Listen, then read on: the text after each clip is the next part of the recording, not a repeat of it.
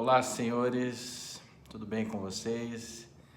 Um assunto muito importante para conversar com vocês hoje, que é o eterno duelo entre os nossos desejos e a realidade, né? O eterno duelo entre os nossos desejos e a realidade. Nunca os nossos desejos vão se encaixar perfeitamente com a realidade.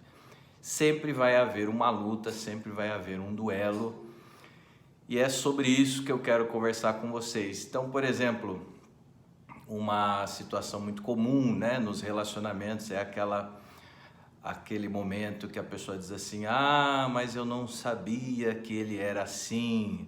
Ah, mas eu não vi, eu não percebi que ela era assim. Então, né, uma situação que a pessoa está lá, um relacionamento de 6 meses, 1 ano, 2 anos com uma pessoa, e de repente ela se dá conta de quem está do seu lado, né? Ah, mas eu não percebi, eu não via que ele era assim. Então, por que que nós não percebemos? Por que que nós não vemos, né? Então, aquilo está na realidade, mas a gente não percebe, a gente não se dá conta daquilo que está embaixo do nosso nariz, mas nós não vemos, nós não percebemos. Por que que isso acontece? Porque nós estamos apoiados exclusivamente na nossa vontade. Então é um desejo de que aquele relacionamento dê certo. Então, eu tenho muita vontade de que esse relacionamento seja um relacionamento bem sucedido. Eu tenho um desejo imenso de que esse relacionamento vai dar certo. Eu acredito muito que esse relacionamento vai dar certo.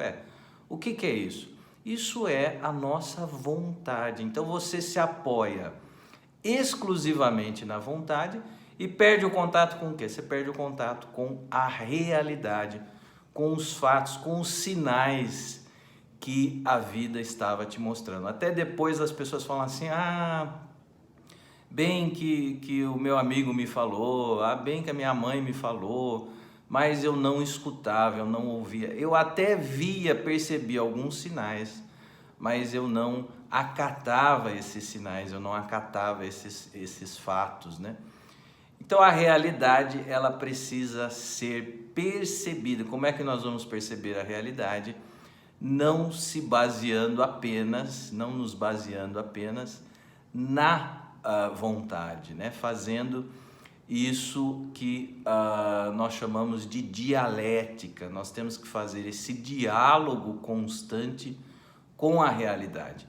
Então, por exemplo, uma sociedade de negócio, né? Então, você está prestes a entrar numa sociedade de fazer uma sociedade com um amigo, com uma pessoa que você acredita que vai ser um bom sócio, né? Que vai ser uma boa parceria ali de sociedade.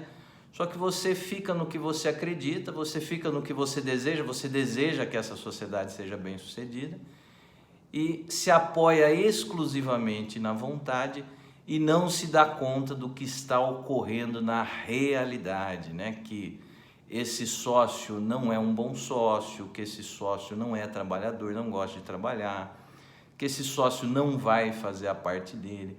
Então você não capta os sinais, né, os fatos que a realidade te manda. Você não abre a sua consciência para captar, você não expande a sua consciência para captar a realidade, por ficar apenas naquilo que você deseja, naquilo que você quer. E isso nós podemos perceber também, por exemplo, num empresário. O empresário precisa mandar um funcionário embora porque ele trabalha mal, ele tem uma conduta ilícita e ele precisa mandar esse funcionário embora, mas daí ele diz assim: mas eu gosto muito dele. Então ele não faz o que precisa fazer, que é mandá-lo embora, porque ele fica apoiado o quê? Ele fica apoiado nos seus próprios desejos, nas suas próprias crenças. E o que é isso em nós? Isso é a nossa vontade. Nós não podemos nos guiar exclusivamente com a nossa vontade. Nós não podemos nos apoiar apenas na nossa vontade. nós temos que fazer sempre essa dialética, esse diálogo com a realidade. Então, nos casamentos, isso ocorre muito.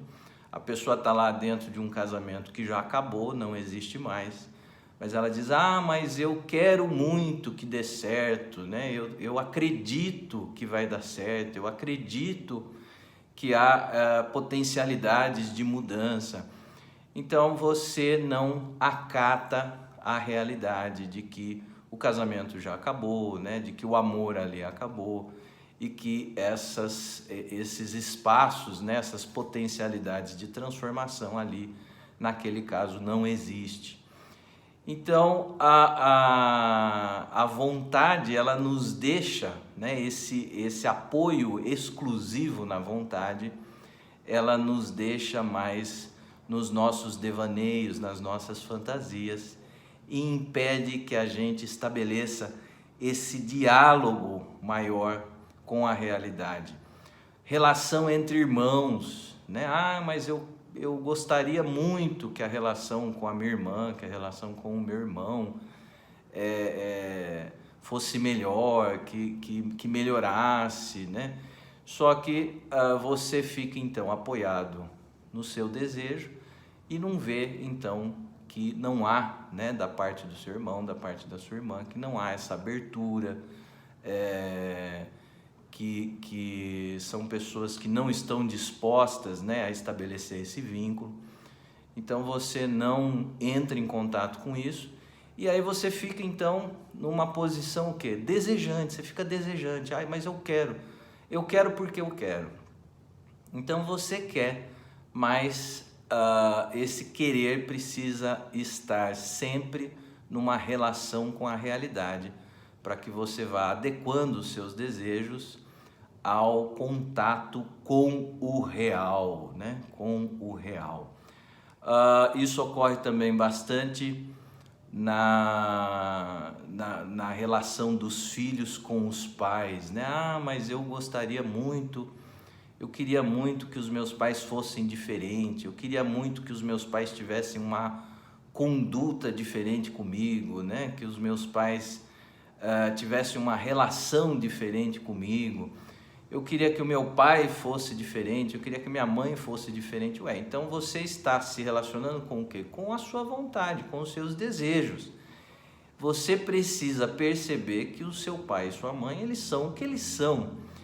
E que você não tem nem poder e nem controle para transformá-los, né? Então você precisa aceitar os seus pais como eles são e aprender a lidar com esses pais reais, né? Da realidade que você tem. Que os seus pais são o fruto das escolhas que eles fizeram e que os seus pais vivem a vida que eles construíram para eles até aqui.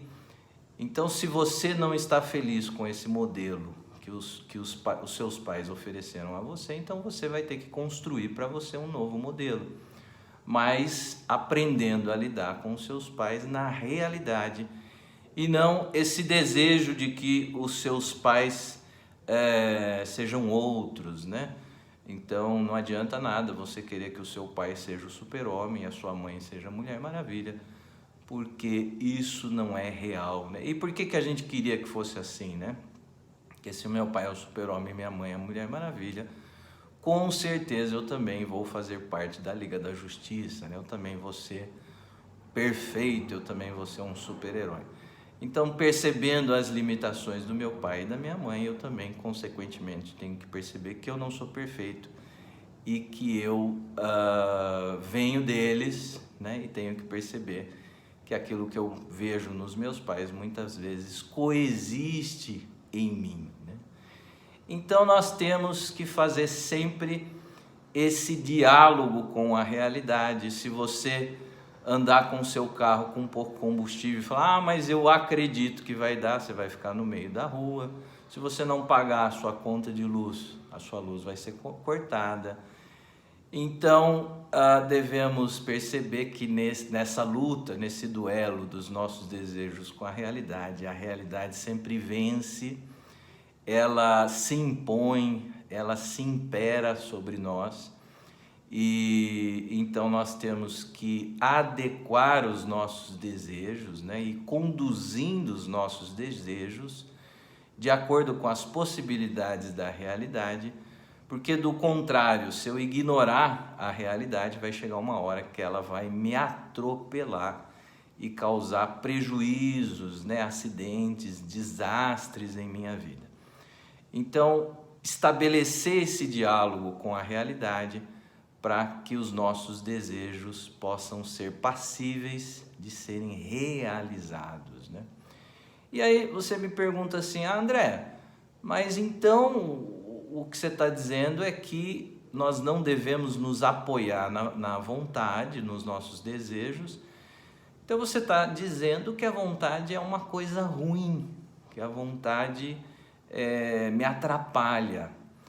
Então, como é que eu posso pensar que a vontade é algo ruim, se ela é um desejo, se ela é um querer, se ela é a ignição desse motor das nossas ações, né? Então, por que agora você vem falar da vontade como algo ruim? Então, isso é muito importante. A vontade, ela é boa quando ela está voltada para a vida, para os nossos projetos, para a nossa ação. Quando a vontade está dirigida para nós mesmos, né, para os nossos interesses, para os nossos esses desejos egóicos, mesquinhos, né? Aí nós, para as nossas emoções, para os nossos esses sentimentos que nós temos, para as nossas crenças. Então, quando a vontade está voltada para nós pioramos muito, né? Nós nos atrapalhamos muito na vida. Então a vontade ela precisa ser dirigida, os antigos até diziam da inclinação da vontade, né? Então nós temos que incliná-la na direção da vida, na direção dos projetos e não na direção de nós mesmos, das nossas emoções, das nossas fantasias, porque aí nós vamos nos perder na vida. Então por que, né, dando um exemplo aí dos nossos políticos, por que a maioria dos nossos políticos são muito ruins? Porque eles ficam vivendo apenas a vontade deles, que é o quê? Os interesses interesseiros, né? Esses interesses interesseiros, a ganância, a vaidade, né? O desejo pelo poder. Então eles estão vivendo o quê? Eles estão vivendo a vontade.